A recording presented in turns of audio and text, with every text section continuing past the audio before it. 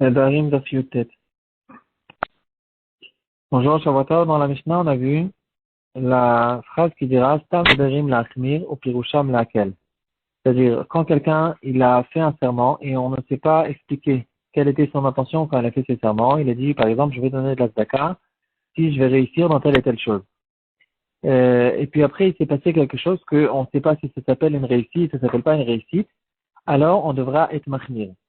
Et par contre, au Pirusham Lakel, s'il a dit clairement que moi j'avais l'intention de telle et telle chose, il a dit, par exemple dans le cas qu'on vient de donner, je comptais donner de la tzedaka que quand il se passe comme ceci, comme cela, que si je gagne telle et telle somme, dans ce cas-là on va le croire et il n'aura pas besoin de donner de la tzedaka s'il n'a pas gagné la somme qu'il voulait. Donc en général, dans les nédarim, quand on fait un néder qui n'est pas clair, on devrait être marmir, à moins qu'il explique clairement quelle était son intention dans le néder. Ici, on en arrive à une histoire qui est arrivée avec un bon juif qui, son fils, il devait voyager dans un pays très loin, un pays désert et loin, et le père qui se souciait, qui avait peur que son fils, il lui arrive quelque chose là où il partait, il devait partir pour une longue période. Il a dit, si mon fils, il revient Béchalom, s'il revient Béchalom, je le dis seulement en hybride parce qu'on devra après expliquer qu'est-ce que ça veut dire Béchalom. En tout cas, s'il revient bien, alors je donne 3000 shekels à la choule. Il y a 1 an et demi qui sont passés. Le père, il était déjà très anxieux, très très soucieux. Il s'est demandé qu'est-ce qui se passait avec son fils. Il n'avait aucun bonjour, il n'avait aucun retour de son fils. Il ne savait pas qu'est-ce qui se passait avec lui. Finalement, au bout de très longtemps, le fils est arrivé. Il est revenu à la maison en Israël, mais il est revenu sain et sauf c'est-à-dire il est revenu sain et sauf point de vue matériel. Par contre, le fils, il a été attrapé dans un groupe de gens extrémistes qui faisaient toutes sortes de choses bizarres. Et bien sûr, ça ne l'a pas du tout aidé dans la voie d'Hachem. Il s'est complètement écarté. Il a arrêté complètement d'être traditionnaliste. Il a été attrapé au fait dans un groupe de Avodah, un peu comme dans la shiur qu'on avait avant.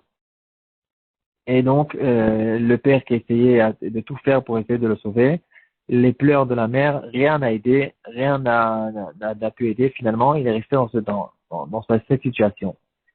Et le gabaï de la choule, quand il a entendu que le fils il était bien revenu, alors il lui a dit, c'est bon, ton fils il est revenu, donne-moi l'argent que tu dois à la choule. Il lui est rien arrivé, il est pas mort, etc. Il n'a pas été blessé. Il est revenu, donc tu dois donner le don que tu as pris sur toi de donner.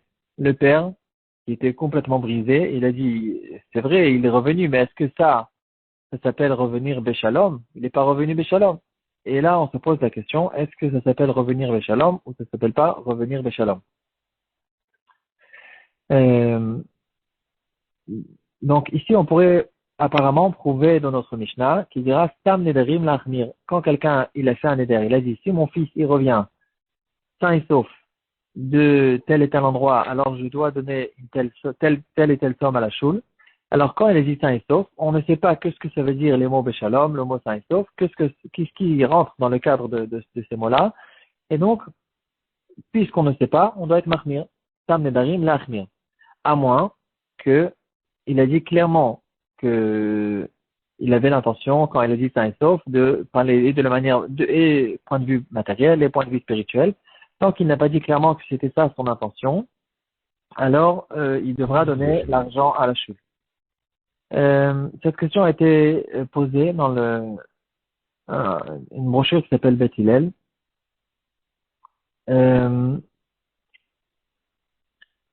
Donc ici, il est intéressé au fait de ramener une preuve qui a été ramenée à propos de Yaakov Avinu. Yaakov Avinu, quand il s'est sauvé de Esav, il a fait un serment devant Hachem. Il a dit ici, Hachem, il me sauve, il me sauve de toutes les choses qui peuvent m'arriver. Et Veshavti Beshalom El Betavi, et je reviendrai en paix à la maison de mon père. Alors je fais un don qu'il va donner le maaser, etc. Tout ce qu'il a dit là-bas dans Parashat Vayetse. Et là, Rachid dit, c'est quoi Veshavti Beshalom El Betavi? Je reviendrai en paix chez mon père. Shalem Minachet. Le mot Beshalom veut dire qu'il revient sain et sauf même des avérotes. Donc, bien sûr, on parle de matériel, mais aussi qu'il revienne sain et sauf des avérotes et qu'il n'ait pas fait des avérotes, qu'il ne soit pas influencé fait par la vanne, le rachat. Et donc ici, apparemment, on dirait que le père il a raison, que quand on dit Béchalom qu'il revienne en paix, alors en paix veut dire sain et sauf, matériel et spirituel. Quand même, il y a une règle générale dans les Nedarim qui dira, on l'a déjà vu auparavant, que quand on parle de Nedarim, c'est en fonction du langage des gens, pas en fonction de la vérité. Donc même si on a trouvé une explication dans la Torah que le mot Béchalom veut dire quelqu'un qui revient en paix, même de manière spirituelle, ça ne veut pas dire pour autant que quand quelqu'un il fait un serment et qu'il emploie le même mot Béchalom, qu'il est intéressé en fait de dire ce que veut dire le mot Béchalom dans la Torah. Donc c'est en général c'est en fonction des gens, comment les gens ils emploient ce mot. Donc finalement la maskana elle sera que normalement il devrait être mahmir parce qu'on dit que c'est un nedarim lahmir, à moins qu'il dise clairement que lui, s'il savait. Alors en fait la question que je me pose, c'est s'il n'a pas pensé en fait, lui il n'a pas pensé depuis le début, s'il avait pensé depuis le début que il fait ce serment, à condition qu'il revienne sain et sauf, matériel et spirituel, alors c'est clair que même s'il ne l'a pas dit clairement, là on dira que son explication elle est valable et il ne devra pas donner le serment. La question que je me pose en fait, c'est si il dit maintenant, si je savais, si je pensais qu'il aurait pu avoir une histoire comme ça, qu'il revienne sain et sauf, en paix, mais en paix que matériel et pas spirituel, alors je n'aurais jamais fait mon don. Apparemment, ici aussi, s'il dit clairement que quand elle a dit qu'il revienne en paix, veut dire sous tous les points de vue que veut dire le mot en paix, alors dans ce cas-là, il pourra peut-être ne pas donner son don.